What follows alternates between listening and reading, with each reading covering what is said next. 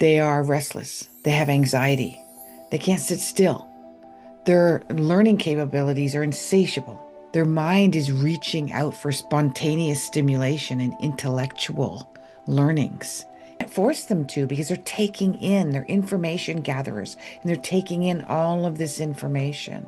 How are they going to make it in the world if you don't show them structure, boundaries, and to obey rules? You're going to have a real deep understanding of who they are and who you are as their mother because they chose you and you chose them.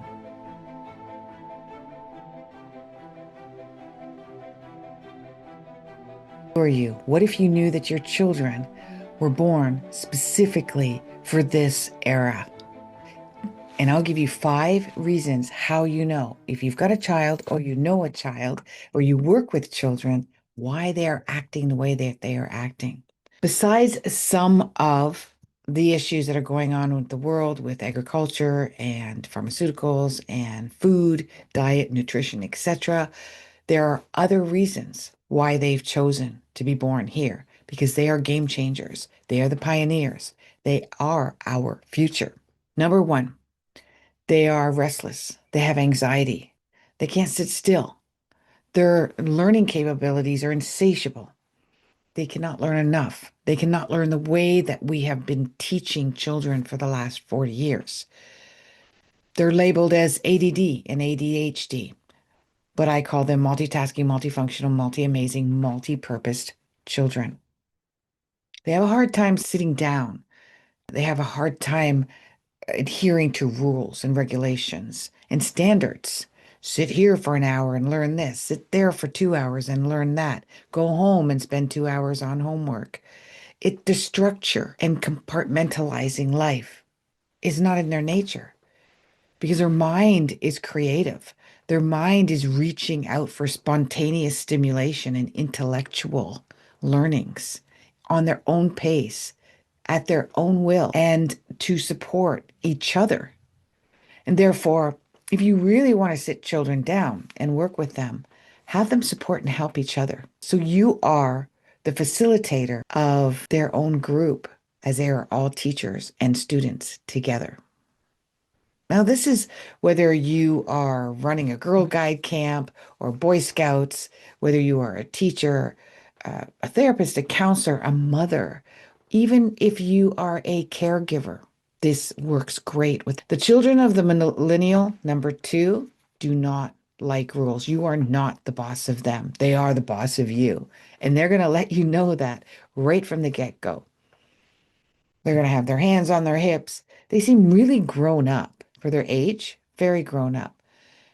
And it seems that you keep telling them this is not when you live under the roof of your own house, you can make your own rules. You may have a partner where you're struggling with, where you want to give this child complete freedom, and your partner thinks, how are they going to make it in the world if you don't show them structure, boundaries, and to obey rules? That's an old paradigm. They want to shift, and that's why they are acting out in the way that they are. The more you push back, the more they're going to push. Not always a pleasant situation. I totally get that. Number 3, these are different children. They live in a la land, so it seems. It's that their mind is void of focusing on A, B, and C. They're drifting. Their imagination is going wild. They're intuitive. They're picking up on the feelings and emotions of those around them. And it may seem like you're snap out of it. Are you paying attention? Focus. As if they're not listening. And they may need you to repeat things because it appears that they were listening. They go with glassy eyes, but they aren't. They are literally in another realm. They're somewhere else. They got this gift. Sometimes it's an escape to sort of deal with the anxiety and the energy of anxiety in their world. So you want to check in with yourself. How are you in their space? So yes, you do have to repeat. Ask them if they've heard you. See if they're even prepared to be listening. If they're in a zone, they may say, can we do this after? Teach them that they are allowed to say, I'm not ready to absorb information right now. Don't question it. Don't ask why. Don't demand that they should be ready for it. But when they are, you can check in with them. Are you ready now? Because I'd like to have this discussion within the next 24 hours. Within 24 hours is reasonable. They should be able to find a pocket of space to focus. You may have to give them something to fidget with. You may have to give them something to draw on just to be able to get into their left side of their brain because they're always in the right side of the brain. They're creative, they're artistic. You can even put music on. Instrumental music can help them focus. Number 3, very similar to the ones that are kind of in their own heads, seemingly spaced out, not focused, except that their mind is very similar to that, but it's going 2, 3 different places at the same time. They're very visual.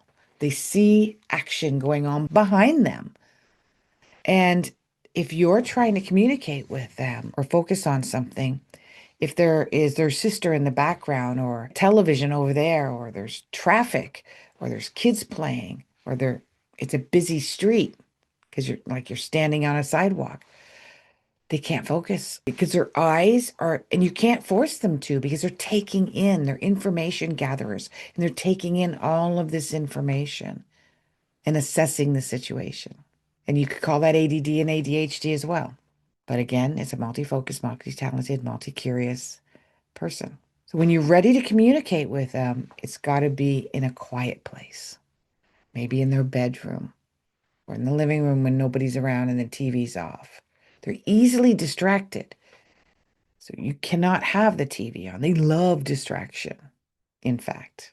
And then there's number 5, and that is the ones that want to be able to express other people's emotions. They absorb emotions and they act out on that. And they do it ever since they're babies. So if you find that you have a child, whether they're 8 months old, 8 years old, or 18 years old, and you are not self-regulated emotionally, you hold your feelings in, you try to fake that you're happy and you're content when you're not. You're having a fight with your husband and you're putting on that smiley face, or you had a bad day at work. You can't hide it from them. And they don't understand that it's coming from you. So they act it out. They'll act out your anger. They'll act out your fear. They'll act out your anxiety. And then you're going to think that oh, I already had a bad day and now I got a dysregulated child. No, he's absorbing your emotions and your feelings and he's acting it out because he's an empath or she's an empath. What can you do about this? You can be real with them.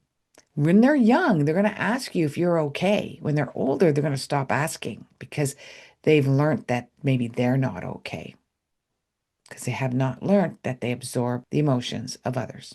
So if they're older and you haven't taught them this, trust me, I didn't know this when my child was young either. Then you just tell them, you know what? I had a bad day. You don't have to tell them why.